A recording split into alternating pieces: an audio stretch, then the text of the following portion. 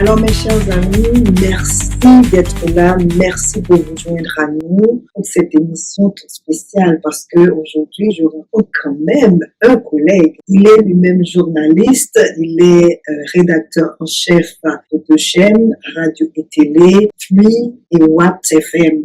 Donc, vous avez probablement pu me voir parce que j'avais partagé avec beaucoup d'entre vous l'émission où j'ai participé avec lui sur l'une des chaînes de télé. Et aujourd'hui, c'est avec un grand plaisir que je vous présente publiquement mon collègue Serge Kaboré qui vit actuellement au Burkina Faso et qui avait ouvert ses portes grandement pour nous recevoir lors de l'initiative de Jean-Jacques Dessalines au Burkina Faso 2025. Alors, c'est avec un grand plaisir que je vous présente actuellement Serge Kaboré. Je vais carrément le tutoyer parce que on a l'habitude de le faire et je vais pas m'en priver de cette occasion de continuer à le tutoyer. Comme vous savez, il est chez lui, donc on est frères et sœurs et on va faire les choses avec cette familiarité. Alors Serge, merci d'avoir accepté cette invitation entre deux mondes, entre deux activités. Comment est-ce que tu vas aujourd'hui? Bonjour,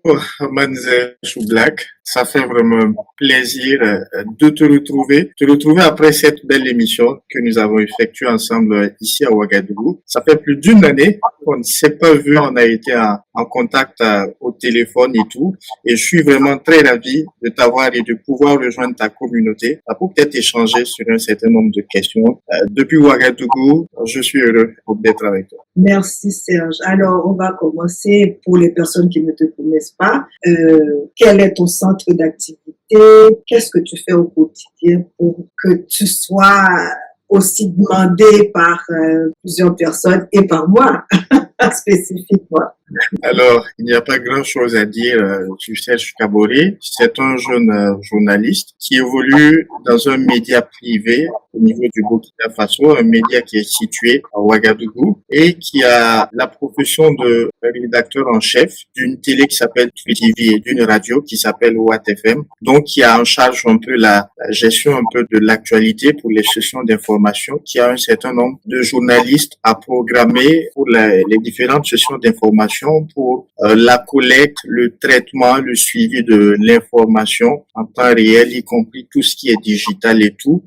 Voici un peu ce qui m'occupe au quotidien chaque jour, avec aussi l'actualité qui évolue non seulement sur le plan national ici, au niveau du Burkina, au niveau de l'échelle confédérale, au niveau de l'Alliance des États du Sahel, et même des autres continents. Voici un peu ce qui m'occupe où la matinée, j'ai mon émission qui s'appelle le Déj Matinal, qui est un rendez-vous de l'actualité en direct, télé, radio, simultanément sur YouTube et Facebook. Une émission à travers laquelle je reviens sur les grands points de l'actualité qui ont marqué l'actualité de la veille et une émission au cours de laquelle j'ai un invité. Donc, chaque matin à 8 heures, j'ai cette émission et un peu avant cette émission, je refais le programme de mes journalistes pour les différentes couvertures médiatiques. Je me mets au diapason de l'actualité avant mon émission et tout. Et le suivi se passe jusqu'à 14 heures où j'ai ma conférence de rédaction. Et juste après la conférence de rédaction, autour de 15 heures, 16 heures, je suis déjà dans la préparation du journal de 20 heures, ce qu'il faut mettre en boîte,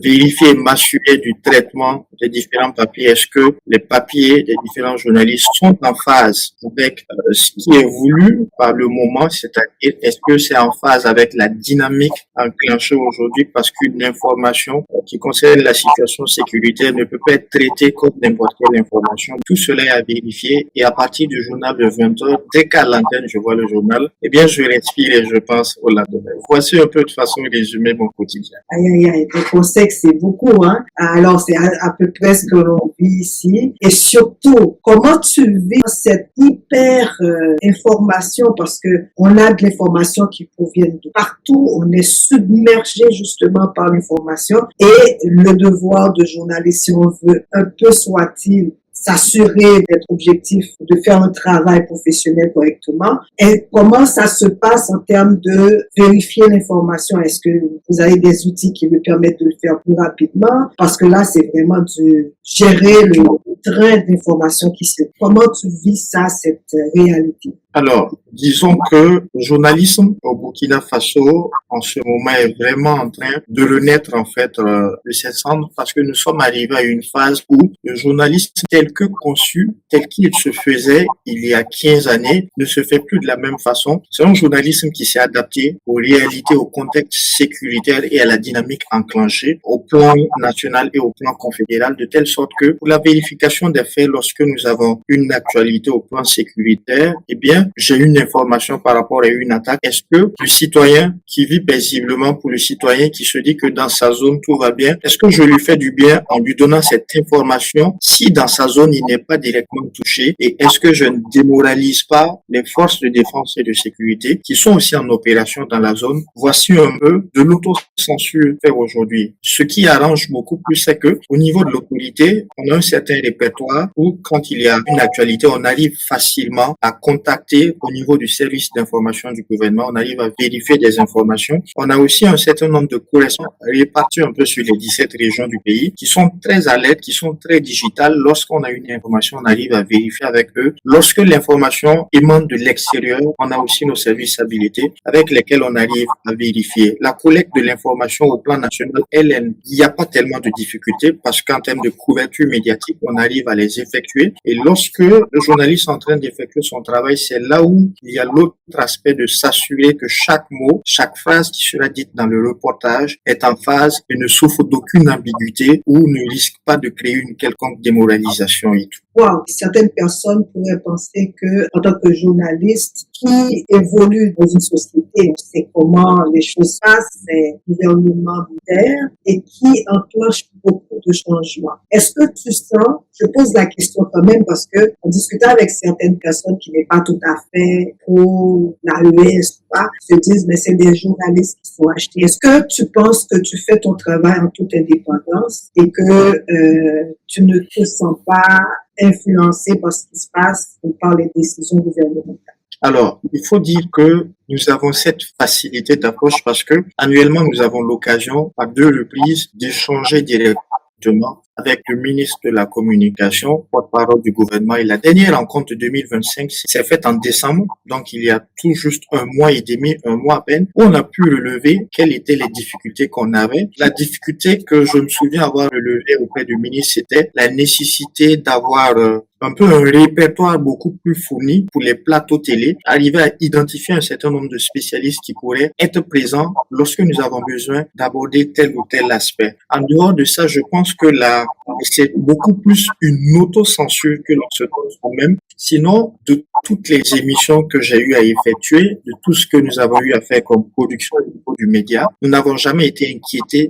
par le Conseil supérieur de la communication. Nous n'avons jamais été convoqués par rapport à un manquement déontologique ou quoi que ce soit. J'arrive à aborder toutes les thématiques au cours de mes émissions. Il y a 48 heures de cela, j'avais un expert en sécurité, en communication et sur les questions avec lequel j'ai abordé plusieurs points, notamment qui étaient liés à l'inauguration de data center au niveau du Burkina. Nous avons pu essayer d'analyser, décortiquer quel peut être l'avantage sur l'aspect sécuritaire et tout. Et il y a un certain nombre de choses que j'arrive à aborder ici facilement à travers mes plateaux. Je suis d'ailleurs sur le plateau même où je réalise la plupart de mes émissions en train d'échanger avec vous. J'ai cette liberté et mes confrères également ont cette liberté de le faire. Par contre, là où l'autocensure est beaucoup plus là, c'est vis-à-vis du téléspectateur qui est très exigeant. Le problème n'est pas ce que l'autorité dira, parce que l'autorité connaît le professionnalisme, il sait quel est le fonctionnement des médias. Et de plus en plus, vous avez des Burkinabés qui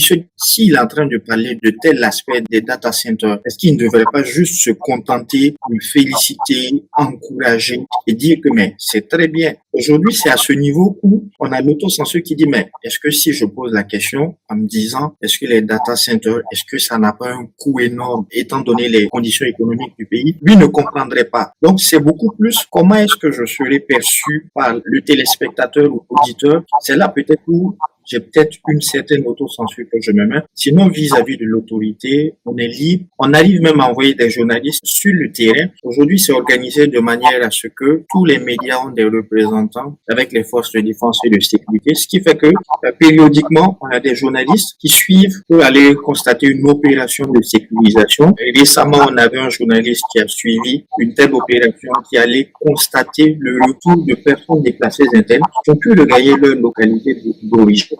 Donc, c'est résumer et dire que tout se passe bien. Au début, il y avait cette peur parce qu'on se disait, est-ce que on pourrait continuer à faire le journalisme tel qu'on a l'habitude de faire? Est-ce qu'on peut parler sécurité? Est-ce qu'on peut parler défense? Mais de plus en plus, grâce justement aux rencontres dont je parlais tantôt avec le ministre de la Communication, on a compris que on a cette latitude de pouvoir échanger. La difficulté aussi, c'est si on ouvre l'antenne et si on n'a pas un certain monitoring pour s'assurer de qui vous appelle lorsque vous êtes en direct, c'est là où peut-être on peut avoir des difficultés. Sinon, en gros, ça va, il n'y a pas de peur d'être interpellé ou toute autre chose. Je tenais à te poser cette question parce que, tu sais, généralement, les gens qui s'opposent justement au Sahel, à ce changement qui est là et qui est imposé, certaines personnes diront, ben, tu vois, c'est comme ça, on les achète. Je tenais absolument à poser la question et que tu répondes à ça. Pour parler justement de cette indépendance de presse, indépendance de conscience aussi. Mais j'ai retenu parce que en regardant ta chaîne, tu parles avec pléiade de personnes sur différents sujets. Ça parle des traditions à la sécurité, comme tu dis. Ça, on voit aussi monsieur, madame, tout le monde qui vient parle de la jeunesse. Est-ce que tu penses que, en termes d'ouverture et de ce qui se passe au pays, est-ce que ça te donne l'espoir que le Burkina Faso et le Sahel continuent justement d'aller là où il doit aller avec le développement socio-économique?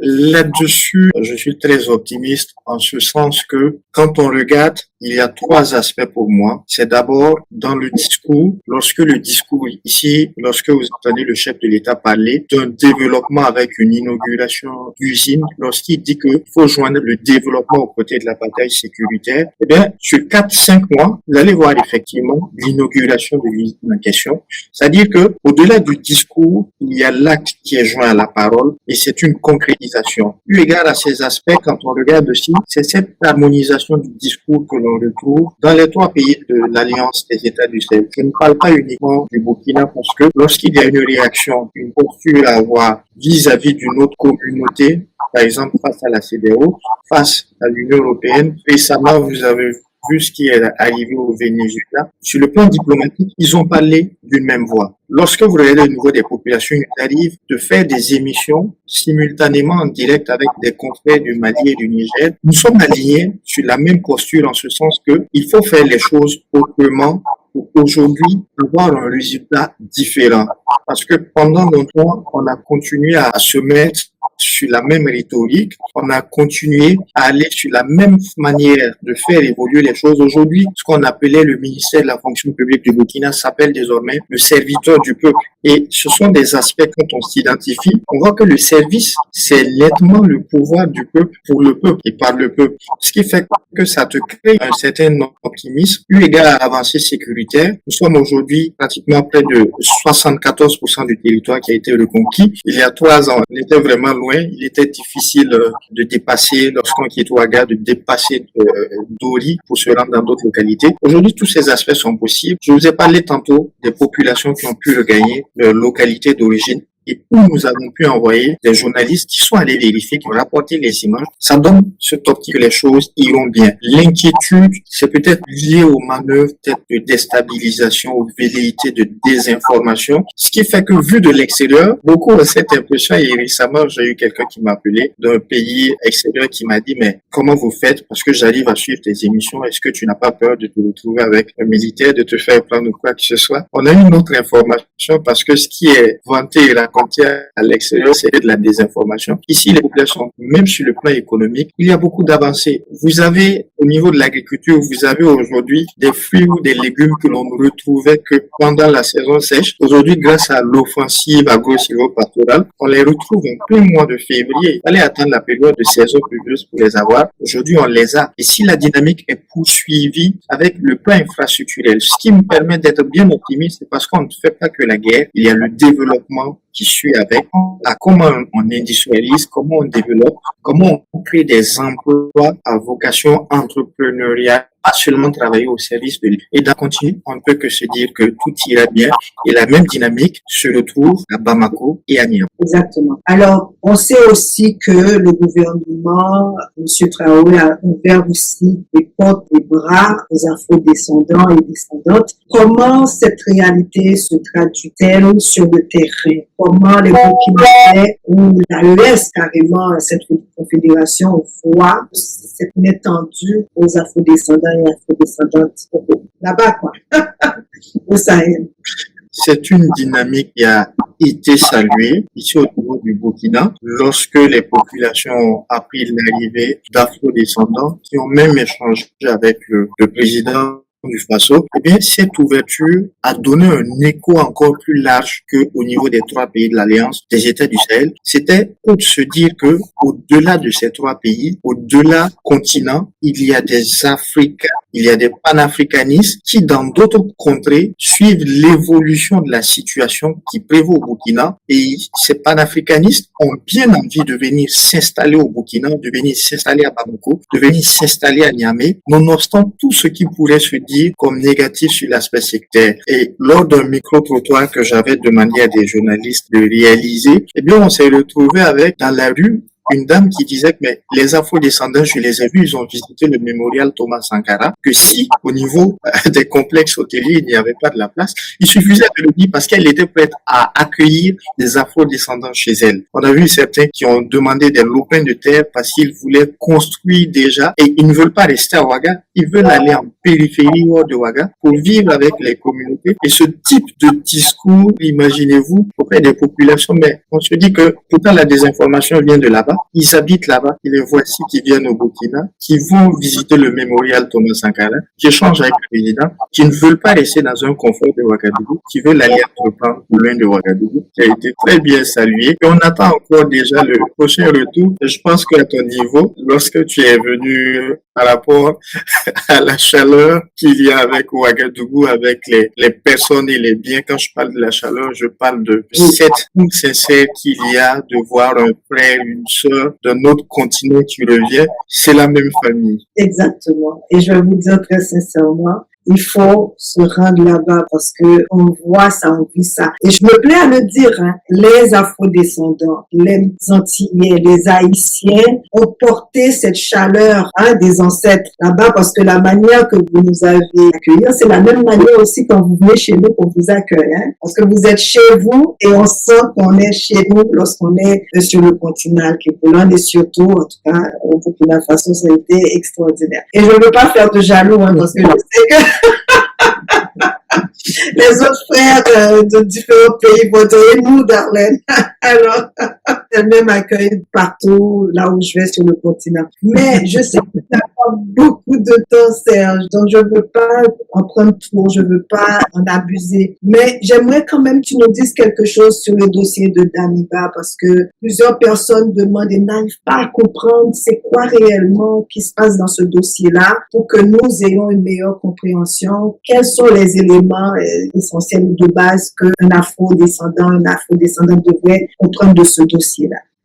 Alors, vous avez là l'exemple parfait d'un chef d'État, un ancien l'ancien chef d'État, l'ancien lieutenant-colonel Paul Sandaogo Damiba, qui a dirigé ce pays pendant 8 mois exactement, mais qui à la fin a été remplacé. Il était là sous le couvert de ce qu'on appelait le MPSR 1, qui a été remplacé par le MPSR 2 du capitaine Ibrahim Traoré, qui, il faut se rappeler du premier discours, qui est venu du fait que les idéaux, la ligne qui avait été tracée, on s'éloignait de cela. C'est une rectification qui s'est donc faite. Et voici un président qui s'est exilé avec l'accord, bien sûr, des nouvelles autorités du moment, du MPSR2 avec le capitaine Ibrahim Traoré, s'est retrouvé à Lomé, au Togo, en exil, avec toute la quiétude, toutes les commodités, la liberté qu'il lui fallait, pouvait même recevoir, on l'a vu avec les confrères Alain Foka, qui a fait même des émissions, qui pouvaient apporter une certaine contribution dans le sens d'un retour à la cohésion, d'un retour à la paix. C'est ce qui était attendu par la plupart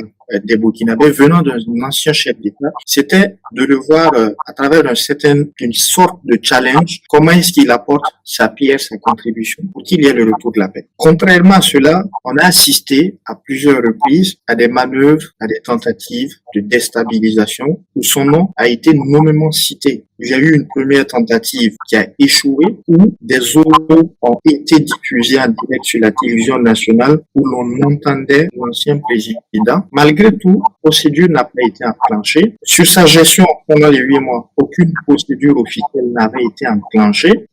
Sur la première tentative, à l'intime des choses projets, parce que des personnes avaient été prises. Mais au niveau du Togo, il n'a pas été inquiété. Il y a eu une seconde tentative, encore une troisième tentative. Et là, les Burkinabés ont été surpris et choqués. C'est que sur ce qui ressort des faits, sur ce qui a été donné comme argument de la troisième tentative, il n'était pas question de faire une tentative de prise de pouvoir pour récupérer le pouvoir tout juste. Il est question d'éliminer les principales personnes que l'on avait à la tête justement de l'État burkinabé. Et c'est ce qui n'a pas du tout été compris par les populations qui ne peuvent d'ailleurs pas le comprendre dans une dynamique révolutionnaire telle qu'enclenchée avec ces avancées notables qu'on peut observer sur le terrain en termes de sécurité, en termes de développement, en termes infrastructurels et tout, que l'on pense à opérer une déstabilisation qui passerait par l'élimination physique du premier responsable, le capitaine Ibrahim Traoré. Dès lors, en coulisses, on a vu ce qui a été enclenché. Ce qui a été enclenché, c'était la demande d'extradition.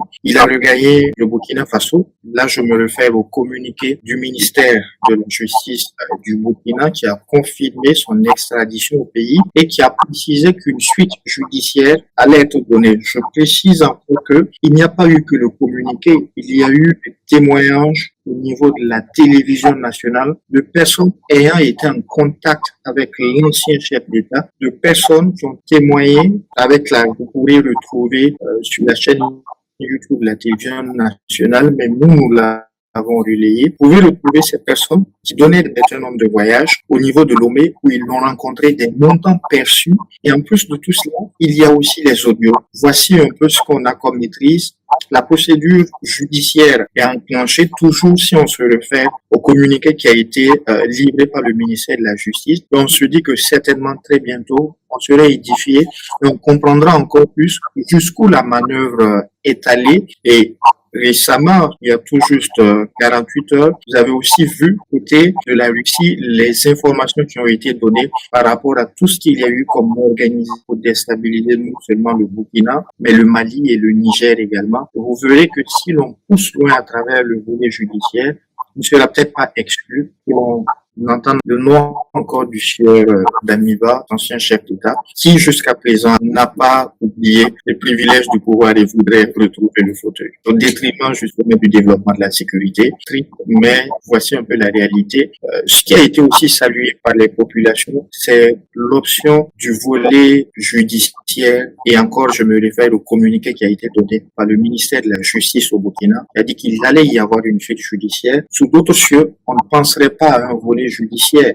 On ne penserait pas à demander une extradition de ce dernier. On penserait plutôt à l'éloigner beaucoup plus loin même de Ouagadougou, loin de Niamey et loin de Bamako pour éviter qu'il y ait tous ces aspects. Mais ça a été salué par les populations qui voient là une décision de trancher aux yeux du public, aux yeux des Burkinabés, aux yeux des populations de l'AES, aux yeux des afro-descendants, comment est-ce que la justice arrivera à régler ce dossier de l'ancien président. Wow. Merci beaucoup pour cette édification parce que j'ai plusieurs personnes qui me contactaient, qui me demandaient et je me disais, je dois demander à quelqu'un qui se baigne dans les médias, dans les nouvelles et qui pourrait nous éclairer. Et merci de l'avoir fait, très sincèrement, parce qu'il faut vraiment aller aux sources. Il faut vraiment vérifier les choses parce que on nous pollue l'esprit avec des nouvelles qui sont très manipulées. Donc, c'est le temps. Je dois te laisser filer parce que tu as du boulot à faire et que ça a été un plaisir vraiment de discuter avec toi. Tu sais, c'est chez toi.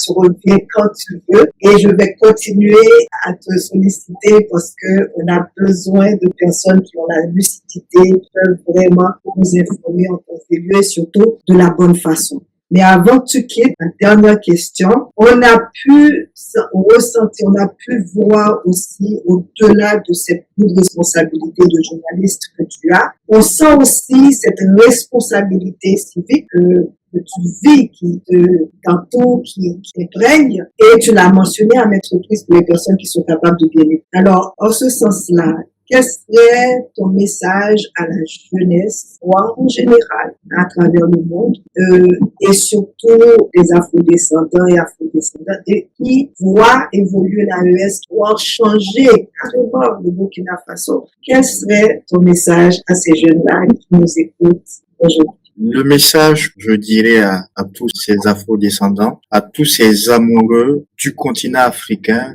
du Burkina, du Mali, du Niger, c'est la nécessité d'un retour à l'endogénéisation, la nécessité d'un retour à nos valeurs traditionnelles, aux valeurs qui nous incarnent, qui nous représentent, la nécessité de se réapproprier notre propre culture, nos propres traditions, parce que dans notre histoire, que ce soit avec Jean-Jacques Dessalines, que ce soit au niveau du Burkina, avec que ce que nous avons eu comme combattants de la liberté ici, que ce soit avec Thomas Sankara, que ce soit au niveau du Niger, eh bien, il y a toujours eu ce retour aux valeurs et c'est ce qu'il faut mettre en avant. Et quand on le met en avant, aujourd'hui au niveau du Burkina, on vous parlera de l'intégrité qu'il faut avoir. Est-ce qu'on peut tout perdre? Mais lorsqu'on a son intégrité et sa dignité, on ne peut que réussir sur le chemin que les devanciers, que les anciens ont tracé. Aujourd'hui, je vous laisse cet exemple du Burkina où en termes d'intégrité, il y a tout juste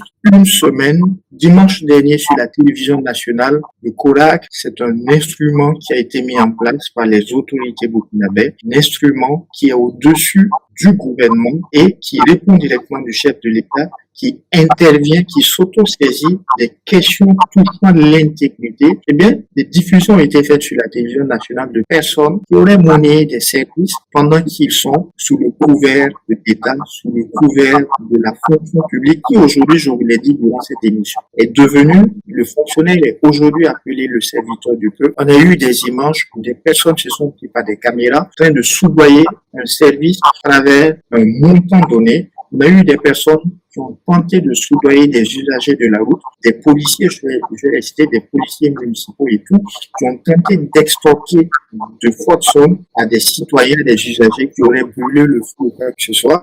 Et aujourd'hui, tout à l'heure, je viens de le recevoir en conseil des ministres, c'est des personnes qui ont perdu leur emploi, c'est des personnes qui ont été licenciées avec une procédure enclenchée. C'est cet appel au retour, cet appel aux sources, cet appel à l'intégrité que je donne à tous les afrodescendants, parce qu'avec un tel comportement, on ne peut que rester pauvre, on ne peut que rester digne, on ne peut que rester africain. Wow, donc tout ceci pour dire que le combat contre la corruption est possible, il faut juste avoir la volonté de le faire. Et c'est ce que les autorités burkinabèses sont en train de nous montrer clairement que le combat est possible, il faut vouloir le faire et on y arrivera. Parce que on voit ça avec Serge et plusieurs autres Burkinabés avec qui j'ai parlé. On sent cette pression qu'on se donne à soi-même, qu'il faut aller vers l'intégrité, la discipline et l'honneur. Merci beaucoup Serge, je te laisse filer parce que là, tu seras en retard. Un plaisir de t'avoir accueilli. À la prochaine et excellente soirée, excellente semaine. Merci, plaisir partagé. À très bientôt. Alors, on se parle après. Merci Serge.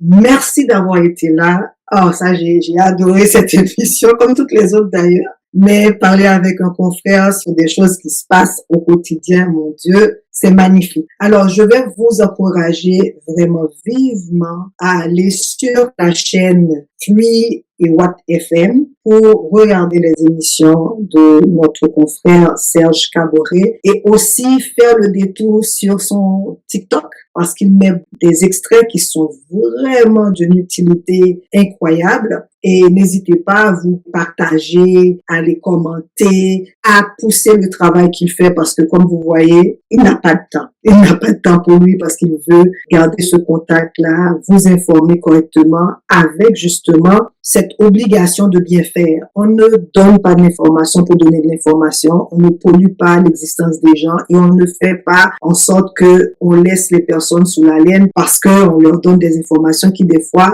ne les aident pas non plus à évoluer et aller de l'avant. Donc, beaucoup a été dit. Je vais vous laisser intégrer tout ça. Je vais vous laisser mâcher tout ça.